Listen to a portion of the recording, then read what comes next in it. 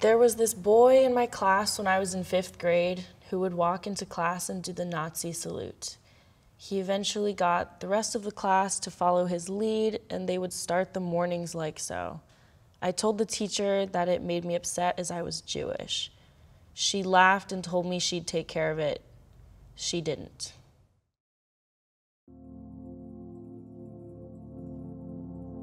Dealing with prejudice has long been a part of the Jewish experience, and with acts of anti-Semitism on the rise, we partnered with YouTube Originals and the Spring Hill Company on our Recipe for Change series, a 1-hour special featuring 3 dinner conversations about important social issues and how we can engender positive change.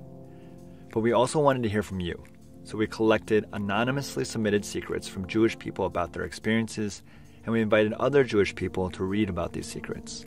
In doing so, we strive to create empathy and understanding toward the challenges that Jewish people face every day.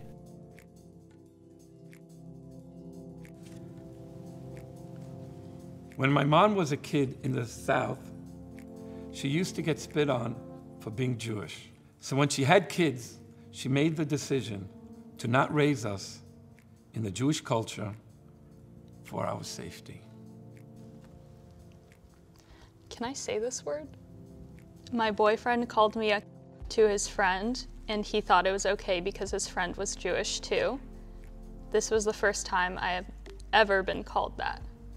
When I was in high school, my seat partner was drawing swastikas on his lunchbox, and I asked him to stop, and our other seat partner was Jewish, and he was like, oh, my grandma's a Holocaust survivor, she'll be fine with it, like, I'm fine with it, whatever.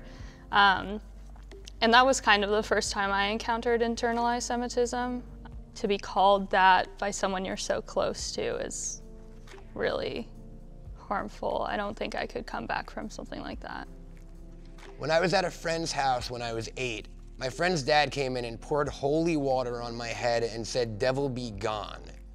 It was one of many experiences I had as a kid that broke down my naive, ideal view of the world. I mean, I know it's your friend's dad, but I don't know how friendly that sounds. I would say talk to your friend. Like, this is a direct situation where if that's a true friend of yours, you could be like, hey man, you need to talk to your dad. Much like I think we've all been talking to our parents over the last couple of years and kind of trying to reteach them some concepts. That's crazy. And when he was 8 years old, that's completely awful. There was this boy in my class when I was in 5th grade who would walk into class and do the Nazi salute. He eventually got the rest of the class to follow his lead, and they would start the mornings like so. I told the teacher that it made me upset as I was Jewish. She laughed and told me she'd take care of it.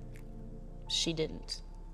Around that time, I guess, when I was in 1st grade too, I had a librarian read a story to the class about the Christmas story, but then she told the whole class that Jews were responsible for killing Jesus.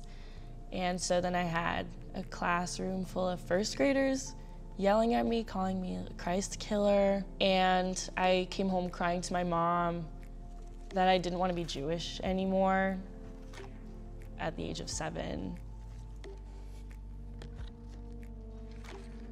My Savta is the only one in my family who is practicing, and I am worried that if I am ever out as trans to her, she would not accept me. Wow. That hits close. I am transgender, and my Savta, she passed away. Though I think she would have.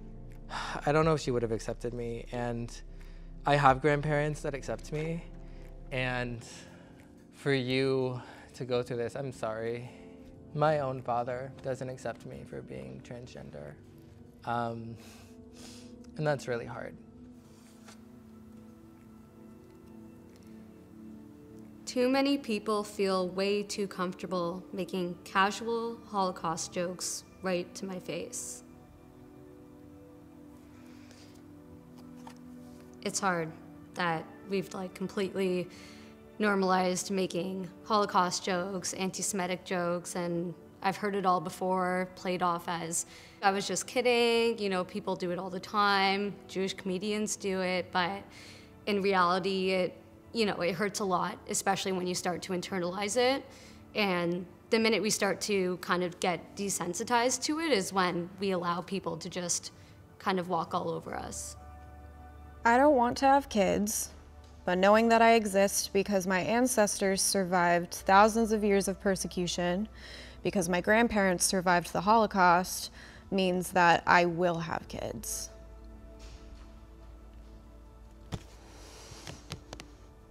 That's an enormous amount of pressure for anyone to carry around, but to carry around the weight of all of that generational trauma and have it bleed into how your family looks and what you want for your family that's a lot.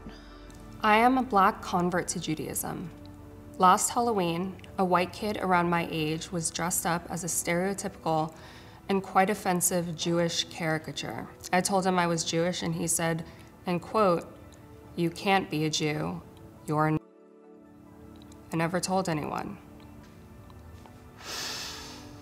I'm half Black and Jewish, and I've received the same exact type of hate. I was in the synagogue during the Poway shooting. Thank God I wasn't personally wounded, but I did witness death and tragedy that fateful day.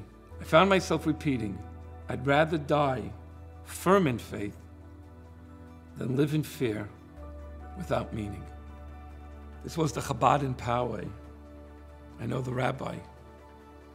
I know so many of his congregants. It hit home. When you die firm in faith, it means your whole life you lived with a purpose. You lived being proud of who you are. Sometimes I even get uncomfortable when I see other people with Stars of David because I fear for them. I fear, is this person going to experience some kind of interaction that's unwelcomed or mean or cruel for simply being who they are? This is real. This is real. Be strong. Be firm. Be happy.